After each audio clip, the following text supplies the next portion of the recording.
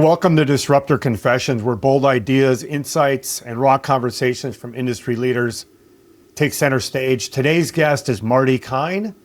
He is a writer, storyteller, strategist, and more. He's built a career by first exposing systems that shape business, then reinventing them. You actually may know him from the past. He was the author of The House of Lies, which became the hit Showtime series, or from his best-selling books like Bad Dog: A Love Story, Customer Data Platforms.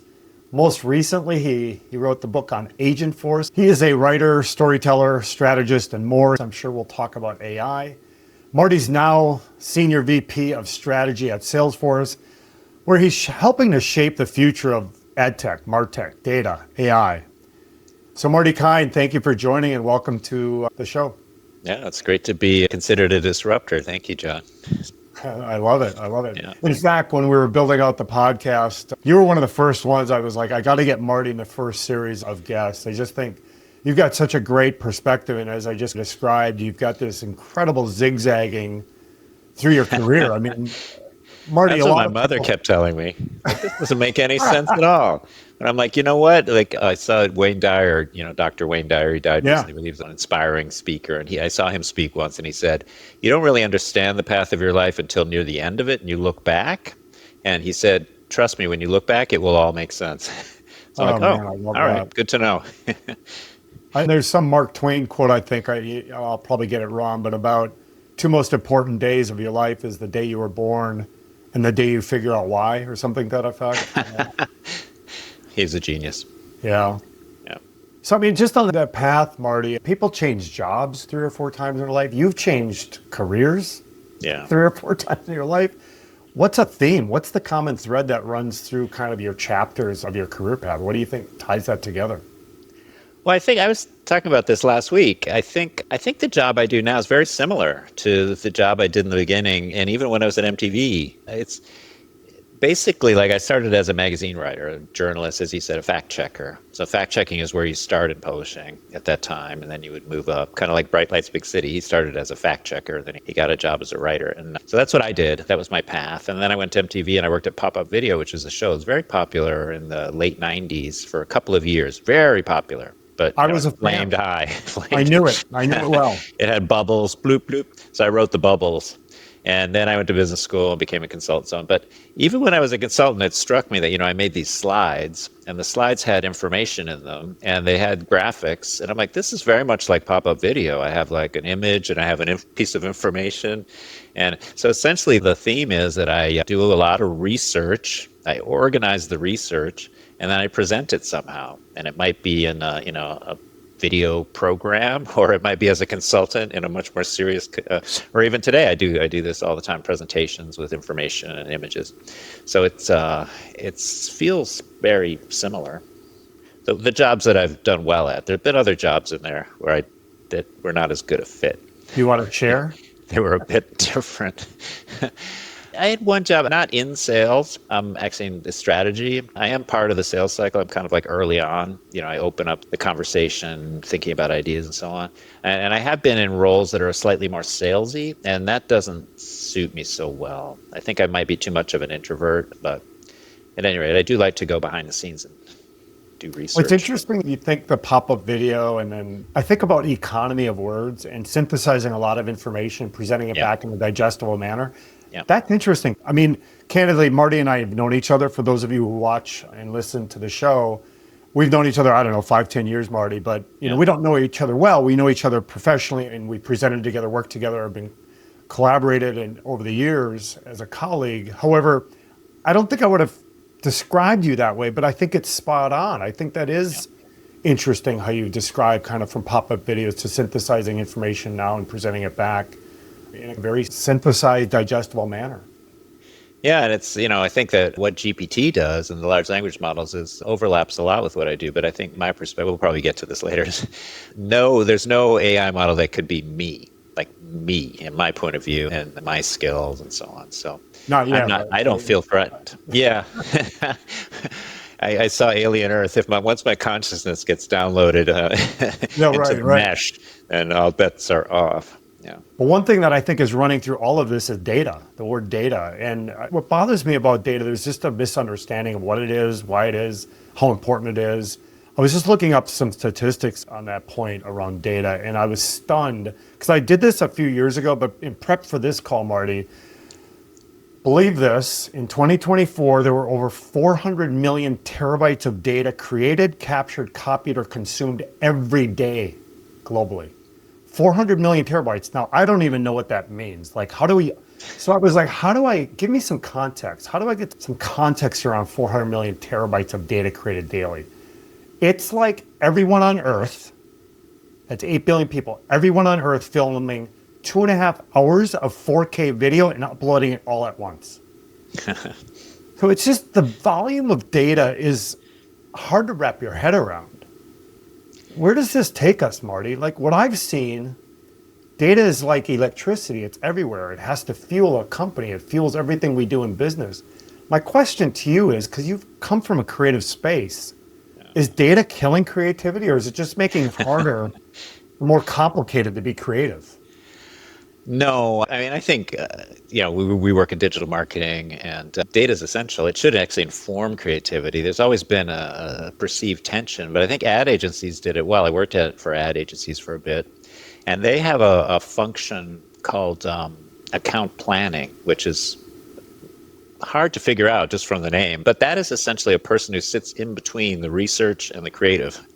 It's this account planner, and they're supposed to look at all the data, synthesize it, and then come up with an insight, like a big idea. We always joke, the deeper the better, So I sat through one. It was like for a credit card client that we had, and they did a lot of research, the account planner, and then they came back with a slide that had, a few words on it. This is what they do. And it was for small business owners.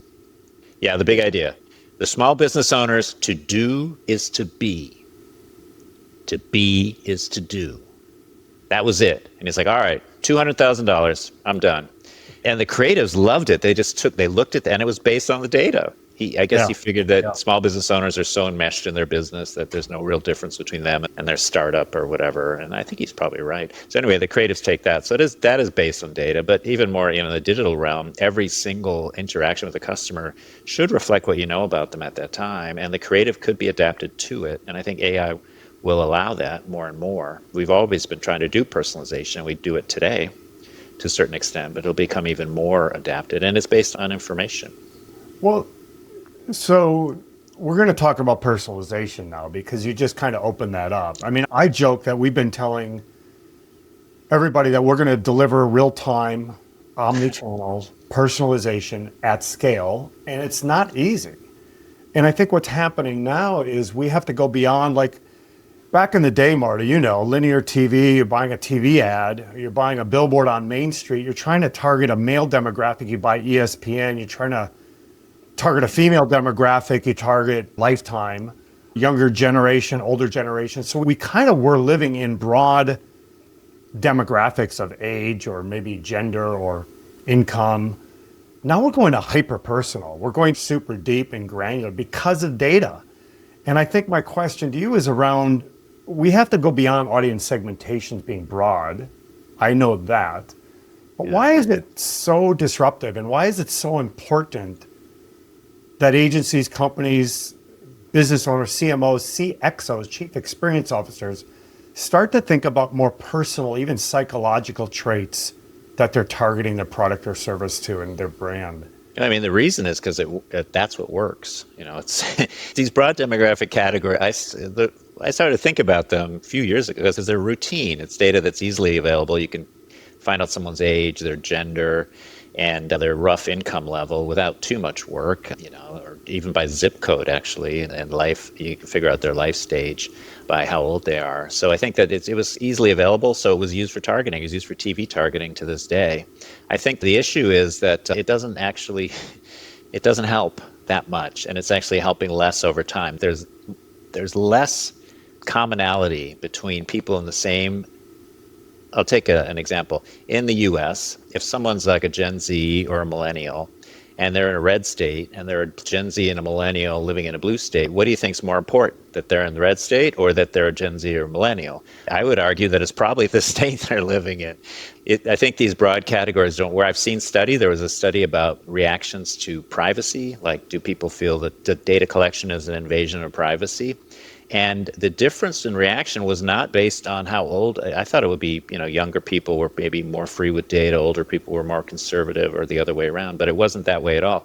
There's a psychological persona type that will predispose you to being more sensitive to data collection or not to data collection. It's based basically on your psyche.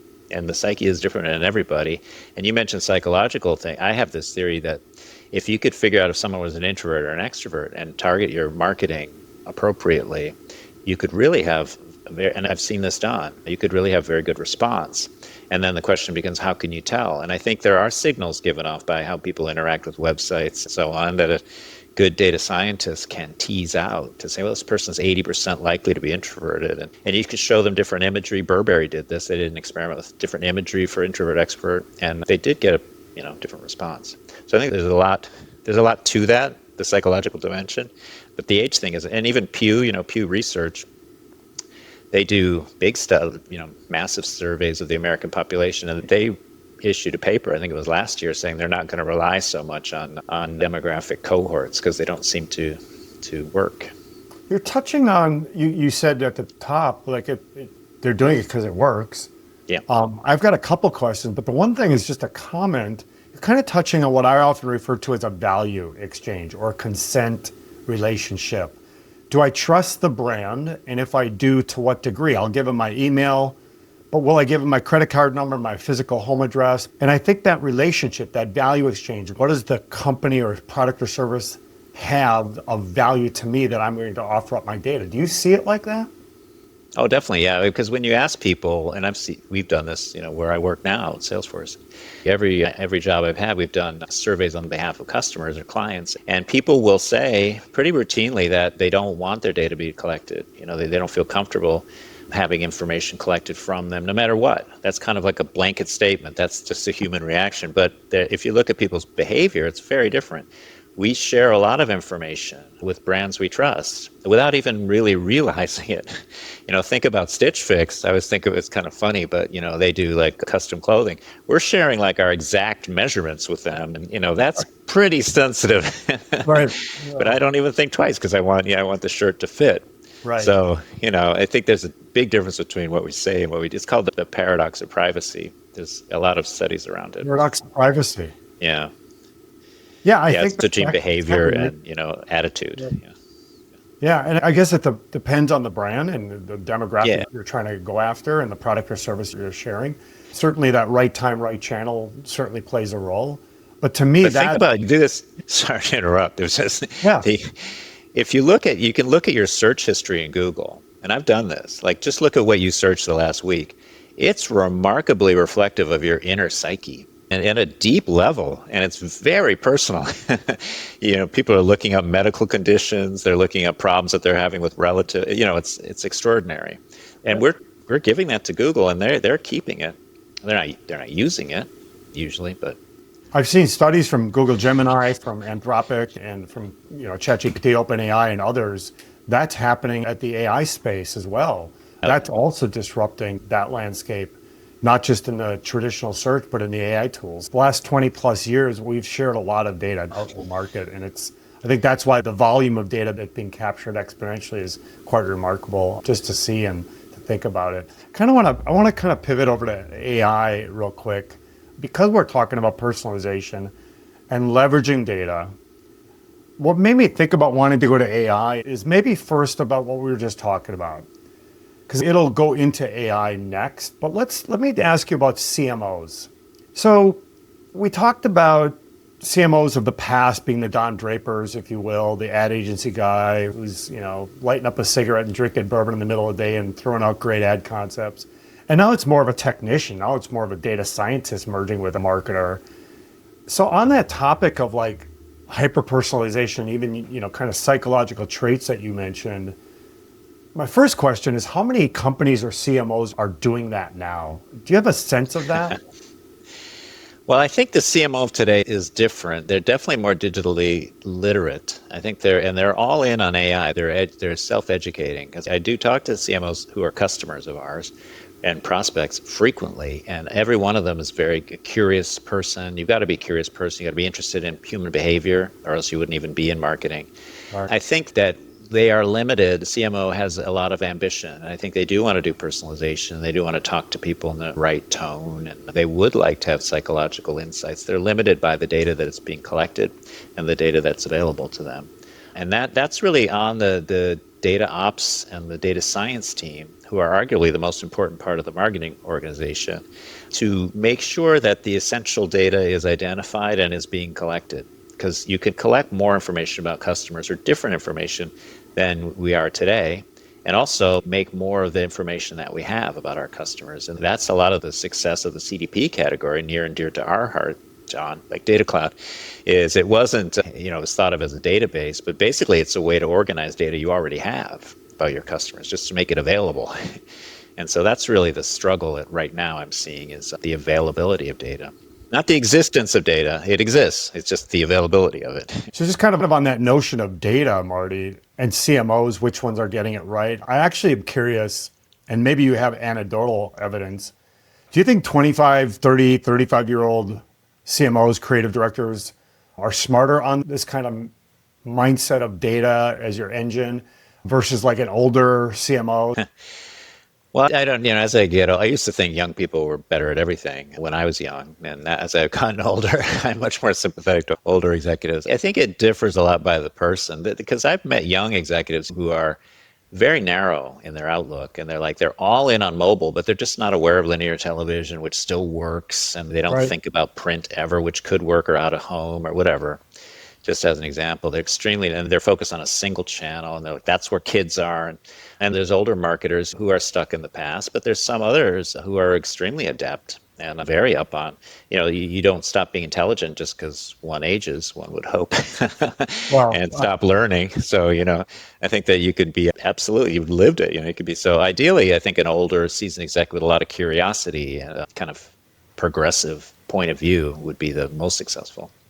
the reason why I wanted to circle back on the whole CMO and who's doing it right, and this personalization and getting deeper into psychological traits and more granular attributes of a persona, if you will, is because of AI. And now there's a lot of AI conversations. I mean, you literally wrote the book on Agentforce, which is Salesforce's platform around agentic capabilities. There's a lot of folks out there saying it's way underhyped. Some are saying it's way overhyped. Where do you fall on that, Marty? Where is the AI opportunity, and where is AI overblown?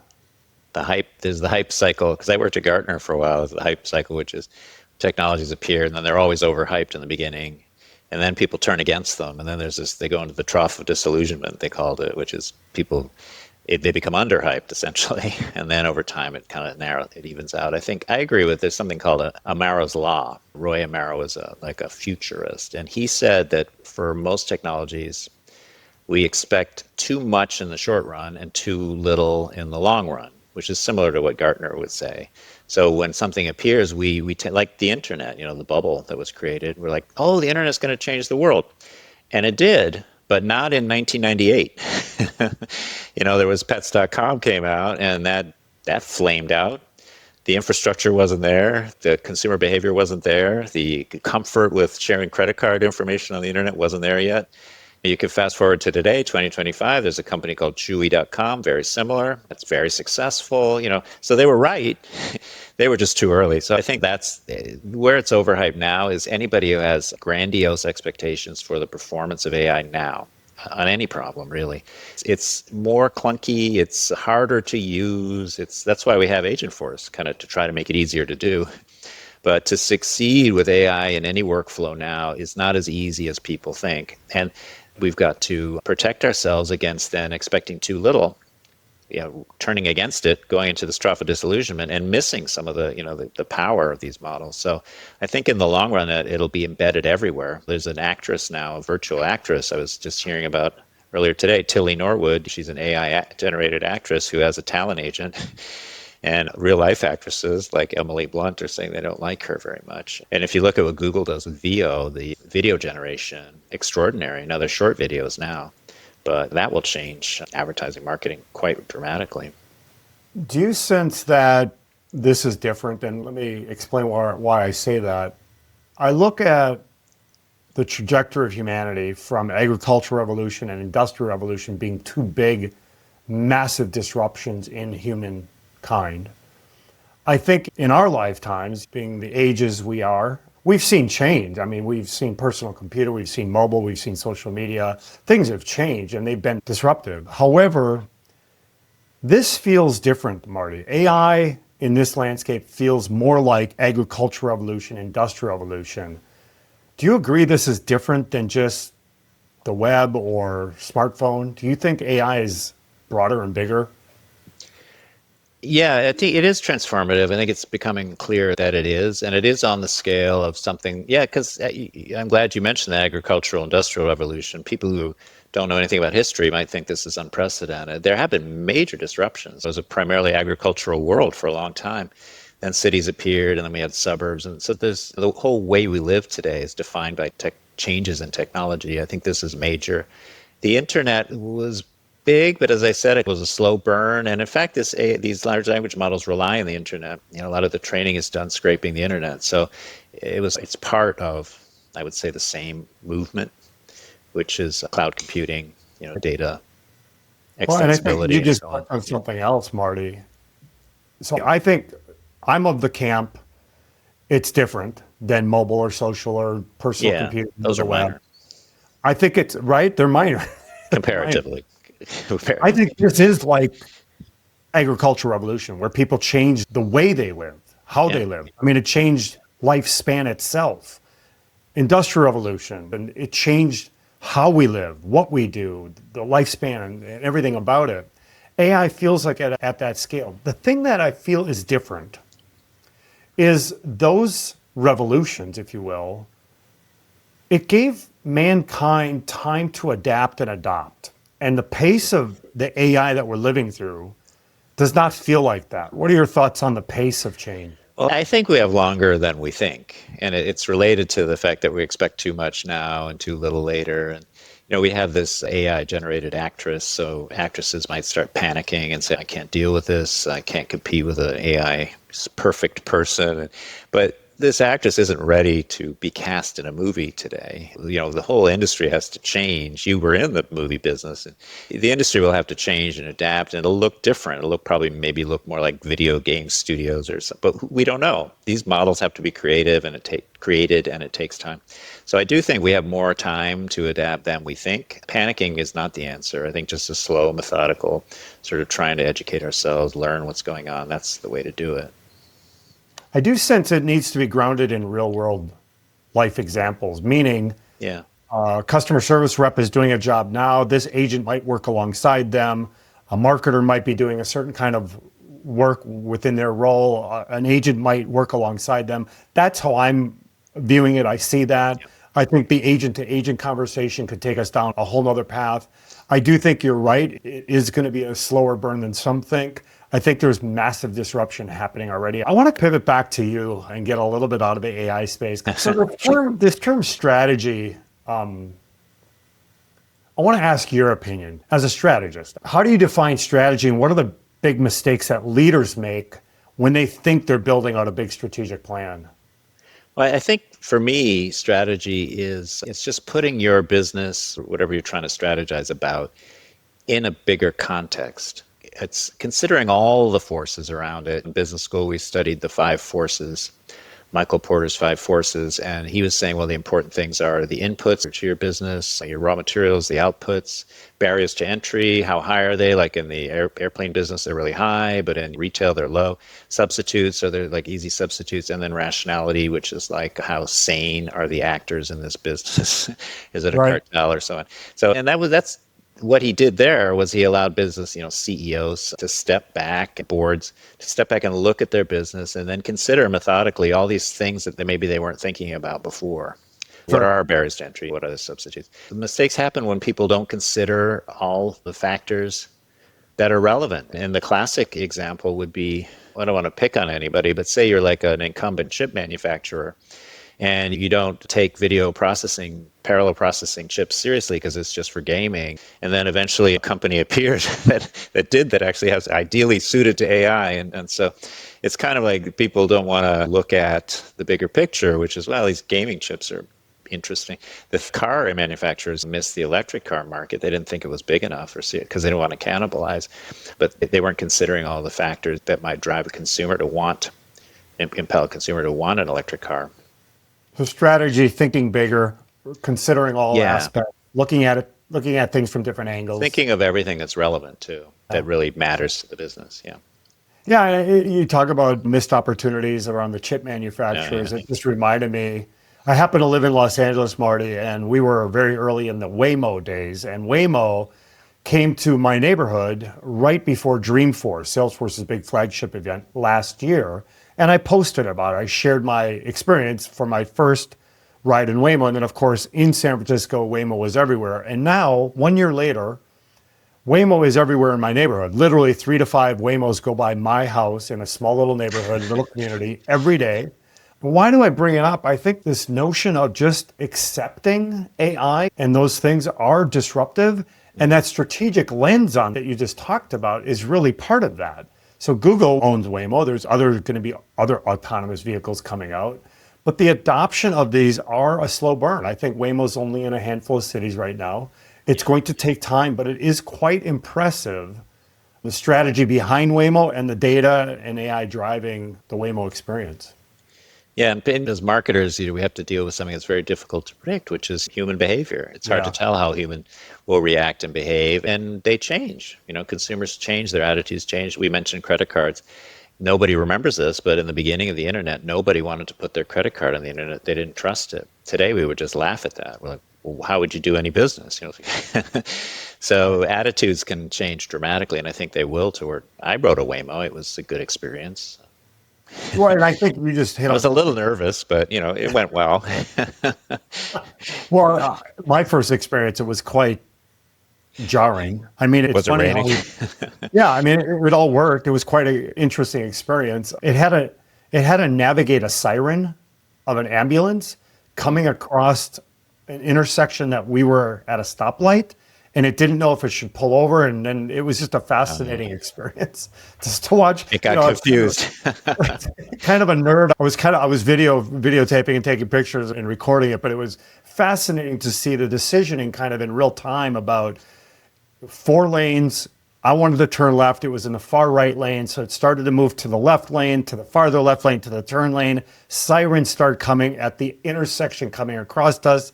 It now tried to go far to the right to pull over. Yeah. But then the ambulance wasn't on our road. It was at the intersection going the other direction. So course corrected. It had to go all the way through the intersection and do a full loop, if you will, through the neighborhood, and came back around and got me back on my course. But it was a fascinating observation of what it was able to do. Yeah, and even people, like I tend to panic when I hear a siren and pull over anyway, no matter where it is. So I got to make sure I don't get it. Alfred Hitchcock was famously asked, "You've scared more people than anyone. What scares you?" And he said, "I'm deathly afraid of a siren behind me," or something. Like a police car coming up behind you or something like that. That's pretty listen, a lot of people think of you, Marty, as ad guy, AdTech, MarTech. I mean, a lot of people think of you, especially in your role, that you've really kind of honed the AdTech, MarTech space. I want to just talk to you about advertising and marketing and media and disciplines in that space. So I guess just broadly, can you help us understand how you see and define advertising and marketing and media, these 3 separate areas, and how do they combine themselves to make up what you work in? Yeah, well, MarTech is like what we do at Salesforce, which is communicating with existing customers. I mean, they might be prospects, but basically people who have identified, you have a relationship with them. They've identified themselves enough to be addressable, like you have their email or so on. That's MarTech. The AdTech space, it can be one-to-one, but there's a different paradigm now. We'll get to it. But traditionally, the idea behind advertising is that it's not targeted to a person. It's targeted to groups of people. It's targeted to an audience on television. You have a banner ad campaign, you're targeting an audience of people. And it's not personally addressable. And even the cookie, which is slowly going away, I guess, that doesn't have any personally identifiable information in it. The question was, does AdTech and MarTech, how do they work together? Because it's the same CMO paying for the ad campaign, who then also invests in MarTech, and it's the same customer coming from the ad to the website. And in the past, I thought they were not going to converge at all because they're just too different. Advertising is, it's highly concentrated in the top 20 enterprises, and it tends to be very reliant on television and so on. MarTech is much more data driven. But what has happened is that the cookie disappeared, and it turned out that pretty much all of ad tech was dependent on the third-party cookie. DMPs, DSPs, SSPs, those of you who know the past, we didn't really appreciate it in the past, I think, but it really was kind of a cookie game being played there. And as the cookie goes away, then everything has to change, and privacy as well. Consumers' increasing reluctance to share their information, which we didn't even think about until 2016 or so. So I think that the way it's done today is MarTech and AdTech actually are very closely combined. And MarTech, for instance, we have Data Cloud that has first-party data, email, name, address, whatever. You can send that data over, hash it, send it over to a walled garden, send it to Meta, send it to LinkedIn, send it to Google. They'll do a match on their side. They won't tell you who they match, and they have a lot of personal identifiable information from their users and show ads to those people. So you're actually identifying an audience by name and showing ads to people who look like them, lookalikes. So it's becoming very individual. Advertising is based on first-party data, yeah, and that's the advertising that works better also. Well, and this is kind of those parallel lines that never merge are merging. They are becoming one, and I think data is driving it, AI is driving it, right? I mean, isn't that what we're seeing almost in real time now? No, definitely, yeah. And I think if you look at all the plethora of ad tech players that were around in 2005 to 2010, whatever, most of them are gone. They've been merged or whatever. So that whole industry has changed completely. Everyone would say this. And the preponderance of ad spending now goes to Meta and Google and LinkedIn, and because they do better targeting. And linear TV, those that aren't familiar with that term, is really just watching old school TV, if you will. I want to watch the news at 5 p.m. I want to watch a football game. There's a few that are still left that are really driving that linear TV, and that's still very relevant. Out of home, outdoor billboards on the side of the road. I find direct mail super disruptive because I don't get a lot of it. So if someone sends me a personal letter, one of my family members, I'm going to open it right away, and I might fly through 100 emails and just delete them all. So I think print is coming back in that regard. It's disruptive in a good way. Can I ask you about media? Because I'm seeing the convergence of like top of the funnel brand awareness, the advertising side of things, and then bottom of the funnel, first party data, mobile engagement, email engagement, those sort of channels. How do you define media in that space, Marty? Well, media is anything that it's a vehicle that companies can use, or anyone who's promoting something can use and pay to gain access to an audience. So media attracts an audience, and then they sell that to the attention of their users. And that attention can be for entertainment content, which is the traditional method. Someone will tune into a TV show and see the ads, and so you're selling that audience, but you're attracting them with the content, and then they'll put up with the ads. Or it could be like on the Facebook example, it's the experience isn't entertainment, it's basically what your friends are sharing in videos and stuff like that. But they have an audience, they monetize it, and that's media, I think. It has to be paid though. That's the difference. And that brings up the question of, well, you paying for access to an audience, what's the audience's attitude? Right. And do they have a choice? Do they not have a choice? So there's a lot of tension around that now. We saw that with social media. Like, it was no longer push out a message. You had conversations happening with messaging, like social media. I remember I worked in the film industry at that time. We were launching campaigns, spending a lot of time and money and effort on movie posters, key art posters, on trailers, on advertising campaigns, out of home, outdoor. And on Friday, the first showing or early numbers would come in, and it used to be you'd wait for the numbers to show up on Monday. Well, on Friday or Saturday morning, you would already have teenagers tweeting about it or sending out they loved it or hated the movie, and it could tank a movie in a few hours rather than what normally would take at least opening weekend for the film. Yeah. So that changed the game too. That brings me to my next question, Marty, because I Oh, the think a whole lot on of the point of the funnel yeah, too, like typical meta ad, a lot of yeah, them are for brands that you never heard of. I'm targeted with a lot of, you probably are too, men's clothing, like suits. right. And there are these brands you never, but they looks pretty cool. So I kind of click in that and then I can configure my size and, this is the right look. But, before I know it, there's a buy now button. And sometimes I've hit the buy now button. So I've gone from awareness to conversion in, a single session. So where's the funnel there? It's not really a funnel. It's like, Well, it's funny. I actually use the phrase the flattening of the funnel because I think the yeah. marketing funnel is flat or flattening. We used to see it in stages. I think it's never a linear line. It's never like a direct line, but I think it is flattening for sure. I'm seeing things on Amazon. If you watch NFL on Thursday night prime time, you will get served up ads and then there'll be a pop-up, going back to your pop-up video, that you can click with your remote and it'll literally push a message to your Amazon Prime account. So if you're watching an ad for batteries, Yeah. Energizer batteries or Duracell batteries or something, it'll show an ad, but it'll also show a little screen pop-up. You click on it with your TV remote and it sends you like the coupon or the buy one, get one free, whatever it is. Yeah. So they like complete closed loop communications going on. It's quite disruptive. Yeah, and also all the data that Amazon has about you, what you're buying, what kind of stage you're in with different products, is available to the advertisers for targeting. Yeah. So the I ads mean, are getting better targeted. Yeah. you and I could get into a lot of topics. I think one of the things that people probably would be, those who are dialing in because of you and listening in and watching, probably want to hear, what does Marty think is coming? What's next? What does Marty think the future is holding? So putting it back to this AdTech, MarTech space we were just talking about, you can throw in AI and even things you're seeing at Salesforce with Data Cloud and Agentforce. Marty, what's the future of marketing look like to you? I think that things we think are obvious are often right. They're often true. So there's going to be more automation. I think software is getting easier to use already. Now we can just converse. Like with Data Cloud, you can just describe a segment in English or in French, by the way, and then SQL will be generated by the machine. So in the past, you need to know SQL and be a power user and go to school, but now you really don't. And so all these tools, I think, are going to get much easier to use, interact with.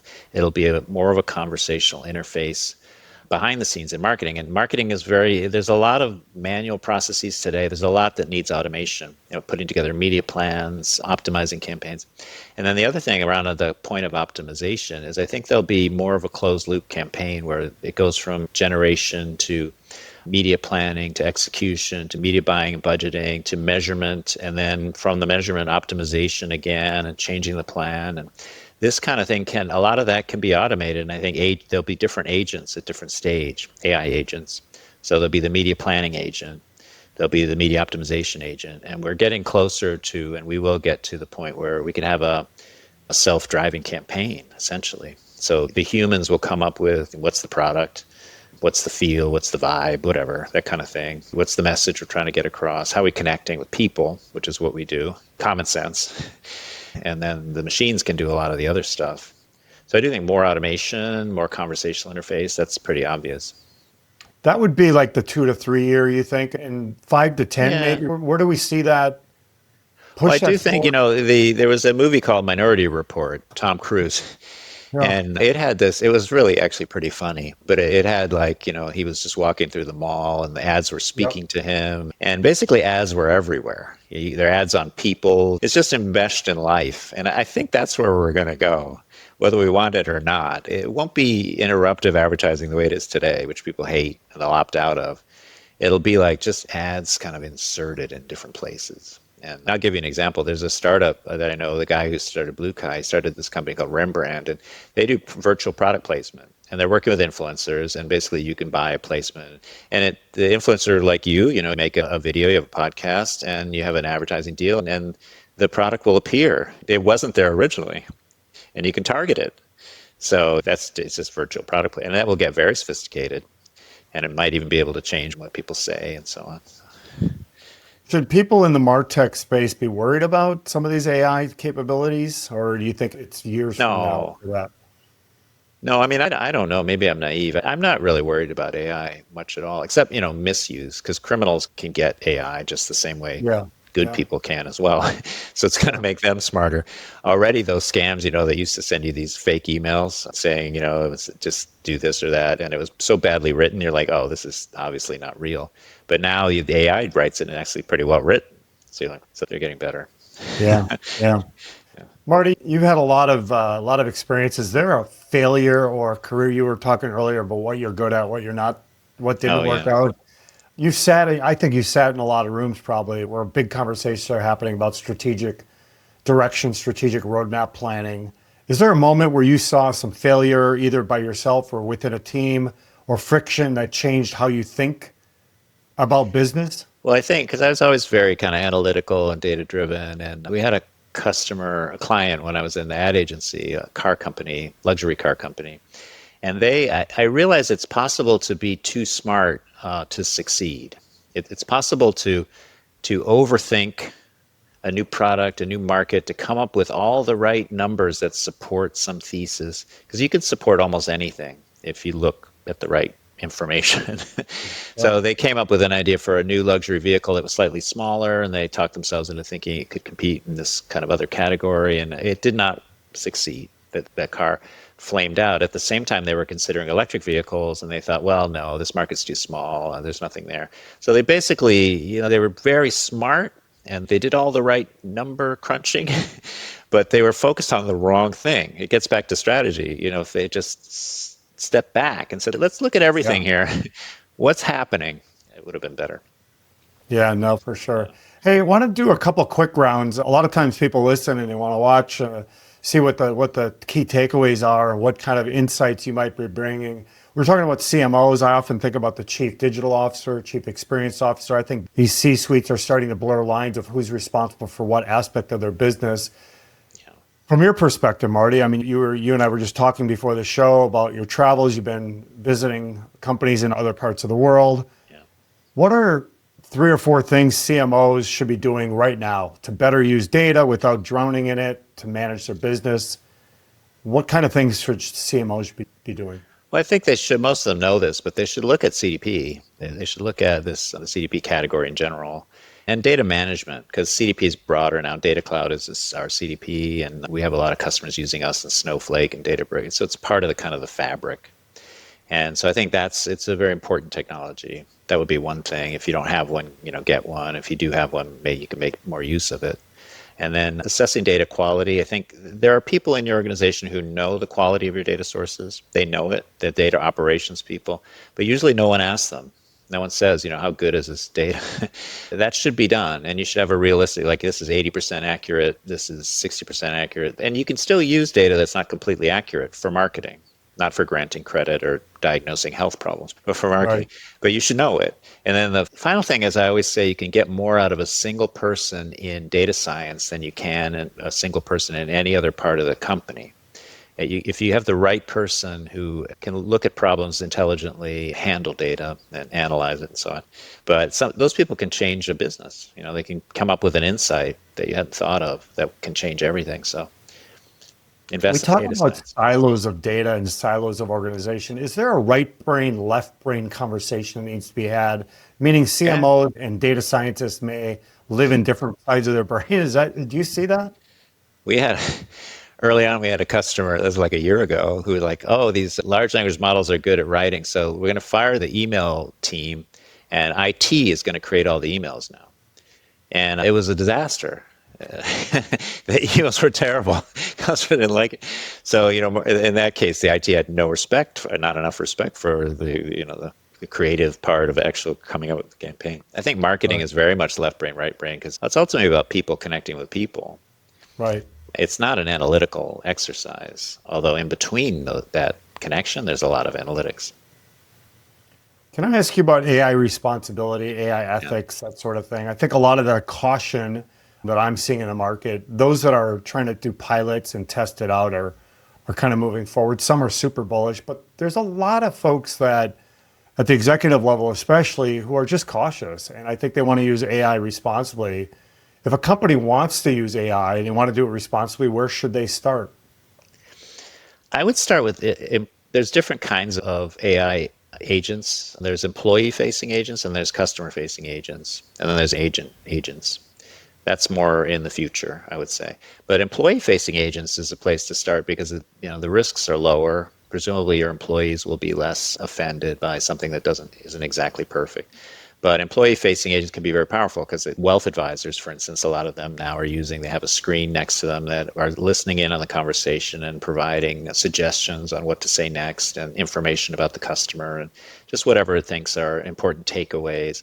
So it's helping the human-to-human interaction, but it's only visible to the wealth advisor, not to the client. So Right. that is a great place to start. The next place would be in very controlled experiments with customers, starting with the lowest risk scenarios, which are, fact, like a better kind of chatbot. So an enhanced chatbot. We do that with Salesforce. Like there's the Ask Agentforce on salesforce.com. And you can ask about products, you can ask about pricing. There's an agent in there, but it is low risk because it has very constrained boundaries around what data it can use. One of the things that I'm fascinated by, I'm not sure if you're familiar with AlphaGo, this game Oh, yeah.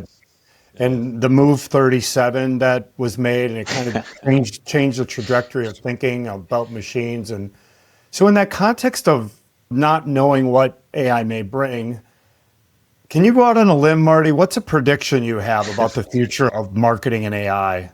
Something no one's really thinking about. I think I would go back to a point I made earlier about product placement. And the reason I say that, it's not traditional product placement, but the idea of ambient marketing. And I went to see the movie, the F1, the Formula One movie with Brad Pitt, which is a really good movie. I enjoyed it. But it was based, the whole thing is an ad for Formula One. Essentially, I didn't realize that till after. I'm like, wait a second. And then everywhere you look in that movie, there's products being pushed. Every car has so it's like, it was just everywhere. And I think that's a formula for the future. Yeah. So I think, we started the conversation with just kind of the zigzagging of your career choices and from consulting to ad guy Yeah. and pop-up videos and books. I think it's interesting because as I said earlier, you didn't just change jobs, you kind of changed careers, but there's a common thread. What do you think changed your perspective the most? Well, I think, to be candid, it was the decline of publishing. Because I was like a lot of people, I was like about 30 years too late for the heyday of publishing. And I mean print publishing, like books, magazines, traditional publishing. And I was optimized for that. I read a lot, I wrote a lot, I was an adept writer, I was good at editing. And when I graduated from college, that was really my only skill. So I got into publishing. If it had been the 70s or the 60s, I could have had a career, a long, fruitful career at a magazine, thriving. But that became impossible in the 90s. I couldn't, I was trying, I couldn't make a living. That's why I went to business school. So I think that the end of that industry had a massive impact on a lot of people. It's particularly people who just were kind of liberal arts majors who went to colleges and graduated. The career path's not open. Marty, are you familiar with Mary Meeker, Internet Trends, and she's done? So just to your point you were just speaking of, it reminds me of her Internet Trends report. I think it was 2012, changed kind of my thinking, just like you were just describing, because she was showing where we used to have scrapbooks and Pinterest showed up, and we used to have like Thomas Brothers map guides, and then Apple Maps showed up, and these apps that were showing up and these websites were showing up. They weren't just disrupting a job or a product, they were disrupting an entire industry. Yeah. And I think that's what you sound like It happens. you were hearing. It happened, right? Yeah, even the music business, it was possible to make, like my wife, she's a musician. She would sell her CDs not that long ago. People would buy them. Now no one would buy a CD, ever. People feel they don't have to pay for that kind of stuff. So she still does shows. Everyone can still do shows, but you're not going to have that income that you used to. So there's kind of constant change. As I alluded to earlier, I just feel like the pace of change now is a little bit different. I do want to ask you, what do you think a common misconception people or business leaders still have about marketing and about data and AI? I think that it isn't fun, actually.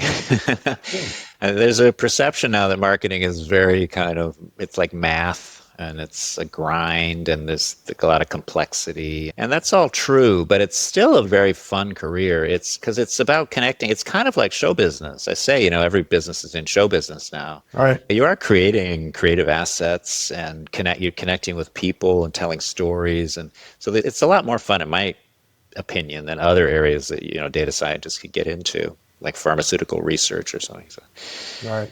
it's still fun, even with AI. Yeah. Well, it's Maybe even interesting. more fun. I don't know. Marty, any last words of wisdom before we drop? I'm trying to learn how to speak French now. I won't Oh. inflict it on you, but it's been a very interesting experience because it's a lot harder than I thought, and I have to do a lot of memorization. And it's occurred to me, it's very good for all of us to have to memorize things. And people don't realize that now. We're outsourcing a lot of our thought processes to AI, to GPT, and we feel like, I don't really have to know anything. Nobody consciously thinks that, but we're sort of unconsciously think that. And so I think it's very important for all of us as humans to do a lot of memorization of something. So master something. Marty, real quick on that topic, the term cognitive offloading hit me about a year ago. And I've read and learned and listened and talked to some folks who've really specialized in this area of education. You're starting to see OpenAI and others starting to bring educational models, almost like progressive profiling in forms or like the GMAT kind of testing mechanisms. Can I ask you about that space of cognitive offloading? And let me put it in this context. A term AI slop came out this past year. Now I'm seeing the term work slop, where people are just like using Copilot or ChatGPT or Gemini or what have you, and they're just generating content. What is your take on cognitive offloading and this AI or work slop we're seeing? Yeah, well, I remind people it is possible to lose skills that we have. Very possible. And it happens slowly over time. There's data now showing that most of us, our spatial reasoning skills are getting worse. And it's because of the GPS. Now we used to have to know where we were located in time and space with a map, but now you just put the address in and nobody has any idea where they are. So that's an example of a skill that we used to have that maybe it's not important. I don't really know, but it can happen with writing as well. If you let ChatGPT do all your writing for you, you're going to forget how to write. Not totally, but you're just not going to be where you were. There was a culture, Mycenaean Greece, which is like probably 1200 BC or so, and they had an alphabet and they had reading and writing, and they lost it. It's an example of this whole civilization that lost the ability. And I think it is possible. So that is one thing that I call it the allure of laziness. These tools can make people lazy. Cautionary tale from Marty Kihn. Yeah. The allure of laziness, I think... I believe also that if one has domain expertise, and I've written about this, I've talked about it, if one has domain expertise, they are probably leveraging these LLMs to their benefit and building upon their knowledge that they already have obtained with experience and their expertise in some discipline. Yep. What I mean by that, if I'm doing cancer research or if I'm a marketing, advertising guy or what have you, that discipline, I might leverage LLMs in that discipline. But that's because I have domain expertise. I know what kind of questions to ask. But if I'm 20, 22, 25, that domain expertise has not really been honed in yet. What are your thoughts on that? No, it's true. I think we need to be conscious. That's all. And there may be things that we're doing now. For instance, I have a calculator, and maybe I'm not so great at adding really fast. And that doesn't bother me so much. I would rather focus on other things. So there may be skills that we're like, all right, I'm willing to offload this, but we need to do it consciously. And so, for instance, I made the conscious choice not to let GPT do any writing for me because I want to keep that skill and it's very important to me. But that's my choice. And we can all make choices like that pretty easily. We just have to think about it. Well, I think it is true. And I think we're now seeing what you described as this laziness factor. Yeah.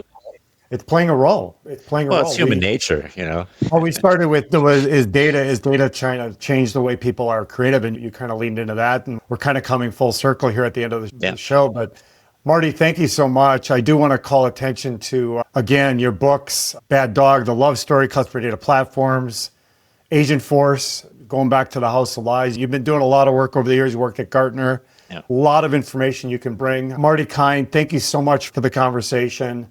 I do appreciate it. Those of you who are listening or watching our show, thanks for joining us. on this episode of Disruptor Confessions. If you enjoyed today's conversation with Marty, please share it with a friend.